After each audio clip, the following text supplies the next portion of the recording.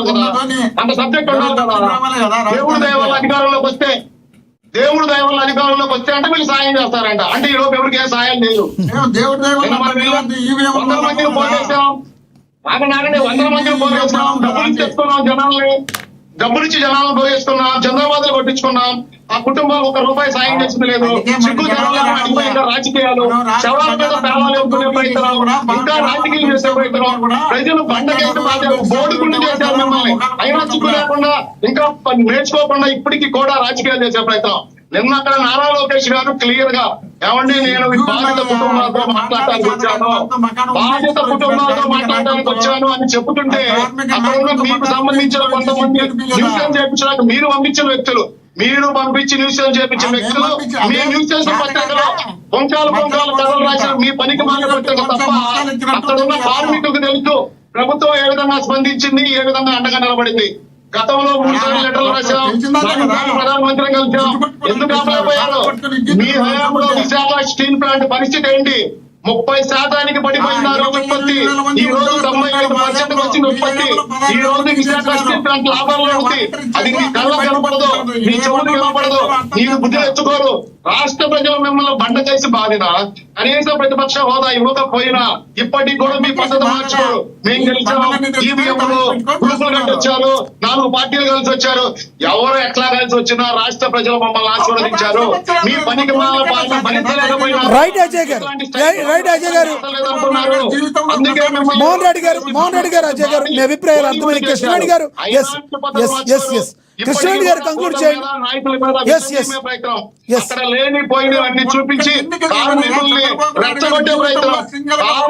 రెచ్చగొట్టే ప్రయత్నం తప్ప నిన్న మీ జగన్మోహన్ రెడ్డి విశాఖ చేసిందేంటి?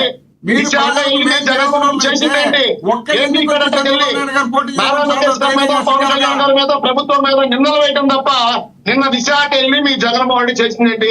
జిందాబాద్లు కొట్టించుకున్నాడు, కాబోయే సీఎం అని జిందాబాద్లు కొట్టించుకున్నాడు, శవాల పక్కన నుంచొని జిందాబాద్ కొట్టించుకున్నాడు. ఇలాంటి పనికి మన చరిత్ర. తండ్రి శవాన్ని పక్కన పెట్టుకొని సంతకాలు పెట్టించుకున్న గనుడు ఆ జనాలు 100 నుంచి 200 300 ఇచ్చి మహిళలు తీసుకొచ్చారంట. వాళ్ళు క్లియర్ గా చెప్తా ఉన్నారు, వాళ్ళు కార్మికులు అంటే వాళ్ళు కార్మికులు కూడా కాదు. ఎందుకు వచ్చారమ్మా అంటే ఏమో జగన్మోహన్ రెడ్డి గారు వస్తున్నారంట, మాకు డబ్బులు ఇచ్చారు మేము వచ్చాం.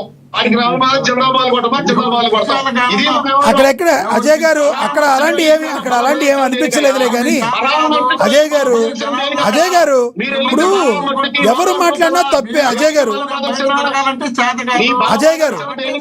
ఒకటి చెప్పాలి మీకు. అజయ్ గారు మీకు ఒకటి చెప్పాలి. మీకు ఒకటి చెప్పాలి. ఆ రోజు అమరావతి రైతుల్ని అక్కడ ఉన్న వాళ్ళు రైతులు కాదనేది అప్పుడున్న జగన్మోహన్ రెడ్డి గారు బ్యాచ్ ఎవరైతే ఉన్నారో వాళ్ళు చెప్పింది ఎంత తప్పో ఈ రోజు అక్కడ ఉన్న వాళ్ళు కాదని చెప్పడం కూడా మీద అంతే తప్పు. అక్కడ ఉన్న వాళ్ళు ఉన్నారు కానీ అడిగిన తీరు కరెక్ట్ కాదు. వాళ్ళు లోకేష్ గారిని అడగాల్సింది కాదేమో కానీ అలా కానీ అది కరెక్ట్ కాదు అలా అంటాం. ఆక్రందంలో ఉన్న వాళ్ళు 4 రకాలుగా మాట్లాడతారు సార్.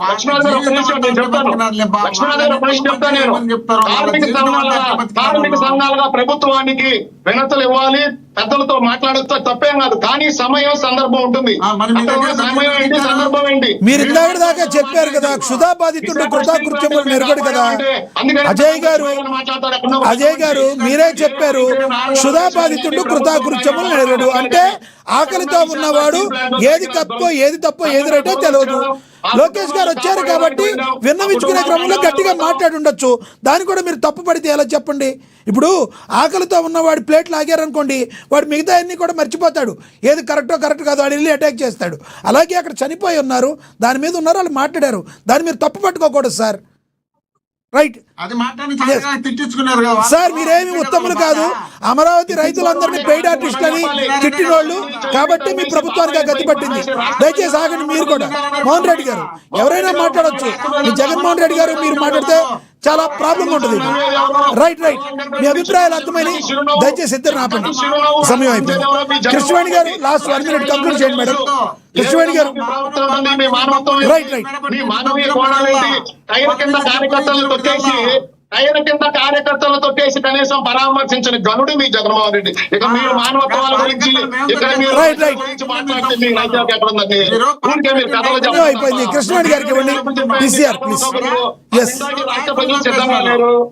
కార్మికులు తెలుసు, నారా లోకేష్ గారు, పవన్ కళ్యాణ్ గారు ప్రభుత్వం ఏ విధంగా ఆదుకుంది, చంద్రబాబు నాయుడు గారు ముఖ్యమంత్రిగా ఉంటే ఆయన ఏ విధంగా స్పందించారు, కార్మికులకి ఏ విధంగా అండగా నిలబడతారు, విశాఖ స్టీల్ ప్లాంట్ ని ఎవరు కాపాడుతున్నారు, ప్రైవేటీకరణ కాకుండా ఎవరు అండగా ఉంటారు, విశాఖ స్టీల్ ప్లాంట్ గురించి ఎవరు పోరాటం చేశారు, ఈ రోజు విశాఖ స్టీల్ ప్లాంట్ ని లాభాలకి ఎవరు తీసుకొచ్చారు, ఇవన్నీ రాష్ట్ర ప్రజలకి, అక్కడ ఉన్న కార్మికులకి, ఉత్తరాంధ్ర ప్రజలకు తెలుసు. రైట్, సమయం ఫుల్ గా తీసుకున్నారు.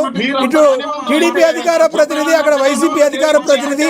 ఈ రోజు టైం మీరు బాగానే తీసుకున్నారు, కానీ తిట్ల దండకంతో ఒకరికొకరు. మోహన్ రెడ్డి గారు, అజయ్ గారు, ప్రజలు మిమ్మల్ని దేనికి చీ కొట్టారు? రైట్, అజయ్ గారు ఎవరు ఎవరిని ఓడించారు, ఎవరు ఎవరికి బోడి గుండు కొట్టారు, ఎవరిని బండకేసి బాధారు? ఈ రోజు కూడా రాష్ట్రంలో డబ్బుల నుంచి తెచ్చుకునే పరిస్థితి దిగజారింది ఎవరు? మీ నాయకుడు. జనాలు లేక డబ్బుల నుంచి జనాలు తెచ్చుకునే పరిస్థితికి దిగజారింది ఈ రోజు వైసీపీ పార్టీ. మీరు మాట్లాడుతూ ఉన్నారు, ఇంకా సిగ్గు. రైట్ అజయ్ గారు, మోహన్ రెడ్డి గారు, ప్లీజ్ సమయం అయిపోయింది. కృష్ణవేణి గారు కంక్లూడ్ చేయండి. కృష్ణవేణి గారు దయచేసి కంక్లూడ్ చేయండి ప్లీజ్. వాళ్ళిద్దరూ మ్యూట్ లోనే ఉన్నారు, మీరు కంక్లూడ్ చేయండి. ఇద్దరు మ్యూట్ లోనే ఉన్నారు. గారటండి ఊగిపోతూ ఉంటారటండి. ఆ ఊగిపోయినటువంటి ఆ ఊపే మీ జగన్మోహన్ రెడ్డిని 151 నుంచి 11కి పడేసింది. అది కూడా మీకు ఇంకా అర్థం కాకపోతే దానికి ఏమీ చేయలేము. ఇవాళ ఆడేపల్లి బ్యాలెన్స్ లోని, ఎలక్ట్రిక్ బ్యాలెన్స్ లోని కూర్చొని ఉయ్యాలు ఊపుకునేటువంటి పరిస్థితి పవన్ కళ్యాణ్ గారు ఆ ఊపే. కానీ పదే మీరు పవన్ కళ్యాణ్ గారిని విమర్శించారు. అంటే అక్కడికి వెళ్ళారు సార్, అక్కడికి వెళ్ళింది కార్మికులు చనిపోయిన చోటుకి వెళ్తే ఆ పవన్ కళ్యాణ్ గారు అన్ని నేను తెలుసుకుని మాట్లాడతాను, ఏది పడుతుంది మాట్లాడినని ఆయన మాట్లాడడం ఘటన జరిగిన వెంటనే వెళ్ళారు కాబట్టి. కానీ ప్రతి విషయం మీద కూడా జగన్మోహన్ రెడ్డి గారు నిన్న ఒక ప్రెస్ మీట్ జరిగింది. అక్కడ ఆ ప్రెస్ మీట్ జరిగితే మీడియా సోదరులు అడిగినటువంటి క్వశ్చన్స్ కి ఎక్కడ సజ్జల ఇచ్చినటువంటి స్క్రిప్ట్ పోయింది. నేను ఇంకా మాట్లాడి